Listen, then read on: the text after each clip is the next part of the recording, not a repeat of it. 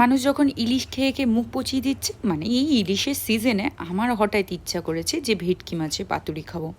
এবার ইচ্ছা যখন হয়েছে তার পূরণ তো করতে হবেই। তাই বেশি দেরি না করে রোববারে সকালে চলে গেছিলাম একটা ফ্রেশ ভেটকি মাছের উদ্দেশ্যে।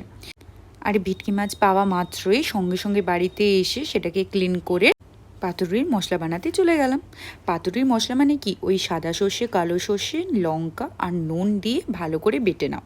আর আমি তার মধ্যে একটু সামান্য কাজু বাদাম দিই, তাহলে সর্ষের যে ঝাঁঝটা তুলনামূলকভাবে একটু কমে যায় আর মশলার মধ্যে একটা থিকনেস থাকে।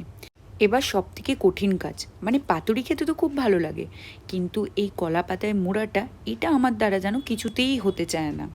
কিন্তু আবার ঠিকও করে নিয়েছিলাম যে ভুলভাল মোড়া যাবে না, সেটা যতবারই খোলাপড়া করতে হোক।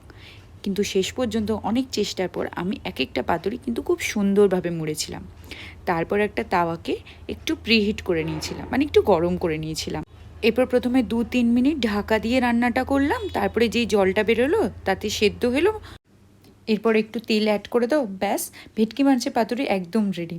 রেসিপিটা কেমন লাগলো অবশ্যই জানিও।